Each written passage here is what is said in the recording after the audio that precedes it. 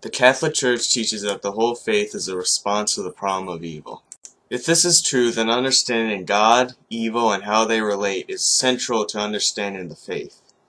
The answer commonly offered by Christian apologists is to say that God allows or even causes the existence of evil and suffering in the world because a greater good would come out of it.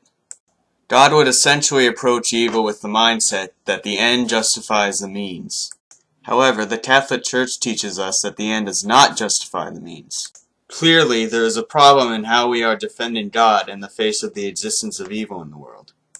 Fortunately, there's another way of going about theodicy which everyone has ignored.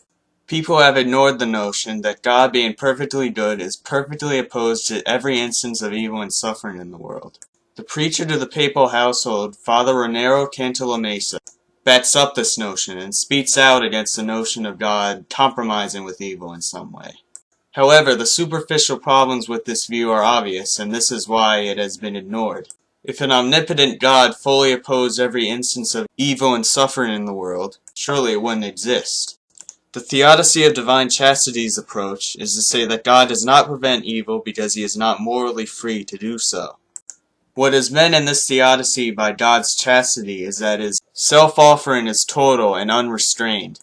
No considerations of anything else could compromise God's self-offering to us, as self-gift is his essence.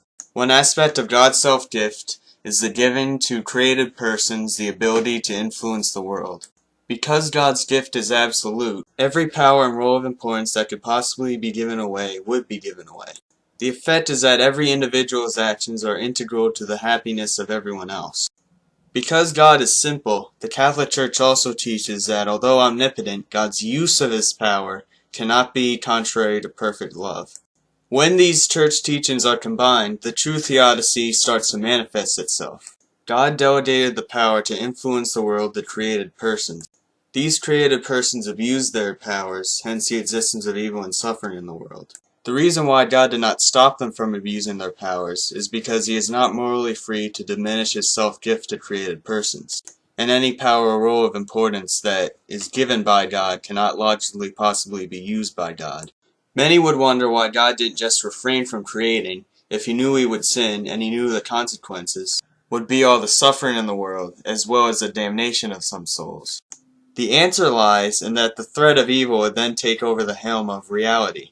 The threat of evil would be pulling God's strings, so to speak. And with God's nature being love and God being simple, it would follow that no other consideration could affect what he chooses to do.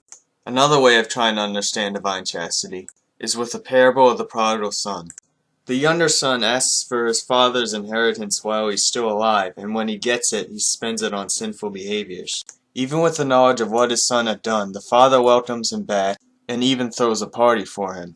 Resembling divine chastity, the father's love remains undiminished, even with the knowledge of the son's sins. By reacting negatively and refusing to join the party, the older son damages the unity and joy of the family.